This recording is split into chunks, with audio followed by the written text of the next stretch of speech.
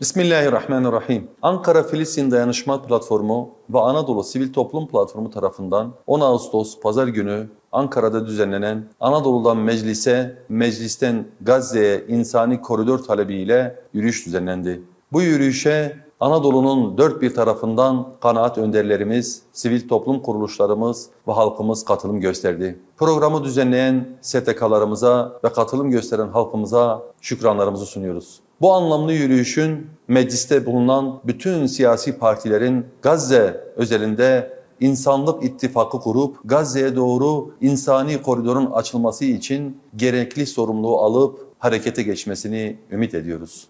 Gazze'yi işgal planı reddedilmelidir. Son dönemlerde yaşanan gelişmeler, Siyonist rejimin Gazze'yi tamamen işgal etme planını uygulamaya koyduğunu göstermektedir. Aşama aşama uygulanan bu plan, uluslararası toplumun sessizliği eşliğinde ilerlemekte. Gazze halkına deniz dışında sığınacak hiçbir güvenli yer bırakmamaktadır. Bölgedeki insani durum felaket boyutuna ulaşmıştır.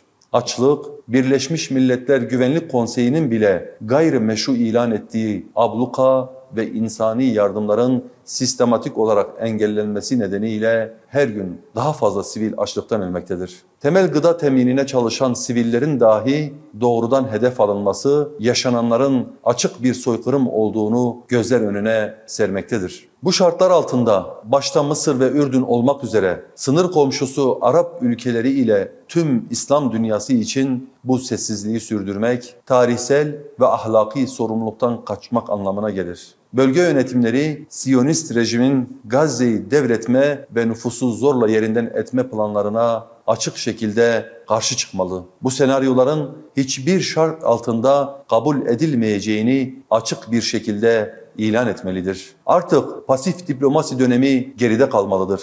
Bugün İslam ülkelerinin önünde bir tercih vardır. Direnişi silahsızlandırmayı hedefleyen bildirilerle tarih önünde soykırım ve etnik temizliğin sorumluluğunu paylaşmak mı? Yoksa Gazze halkının yanında durarak Siyonist işgale karşı kararlı bir irade ortaya koymak mı? Eğer İslam dünyası bu süreçte direnişi destekleyen açık ve somut adımlar atsaydı, Siyonist rejim bugün şartsız ve tek taraflı olarak çekilmek zorunda kalabilirdi. Gazze halkının canı, onuru ve iradesi için açıklamalarla yetinme dönemi geride bırakılmalı. Soykırımı durdurmak için hemen harekete geçilmelidir. Tüm bölge güçleri, İslam ülkeleri ve soykırım suçuna ortak olmak istemeyen tüm insanlık cephesi Gazze'deki işgale karşı topyekün ekonomik, diplomatik ve askeri baskı kurarak Siyonistlerin bölgeyi şartsız bir şekilde terk etmesini sağlamalıdır.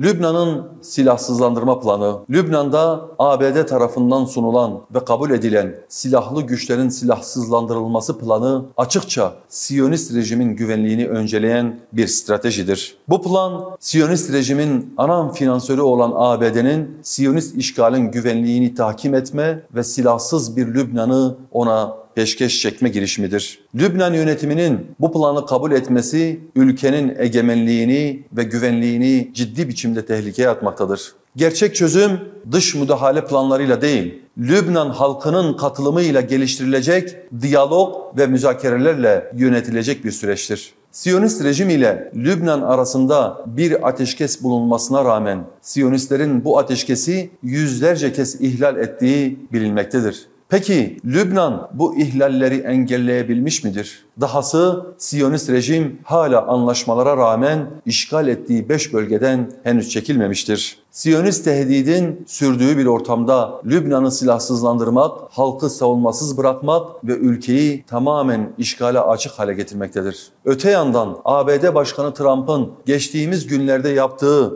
bölge ülkeleri artık İbrahim anlaşmalarına katılabilir açıklaması Lübnan'a yönelik de bir mesajdır. ABD bölge ülkelerini Siyonist rejimle anlaşmaya zorlamakta, bu yönde ekonomik ve siyasi şantaj kartlarını açıkça kullanmaktadır. Lübnan devleti ülkesini işgal etme niyetini saklama ihtiyacı bile hissetmeyen işgalci Siyonist rejimle aynı masaya oturmamalı, bugüne kadar sürdürdüğü direniş çizgisini korumalıdır.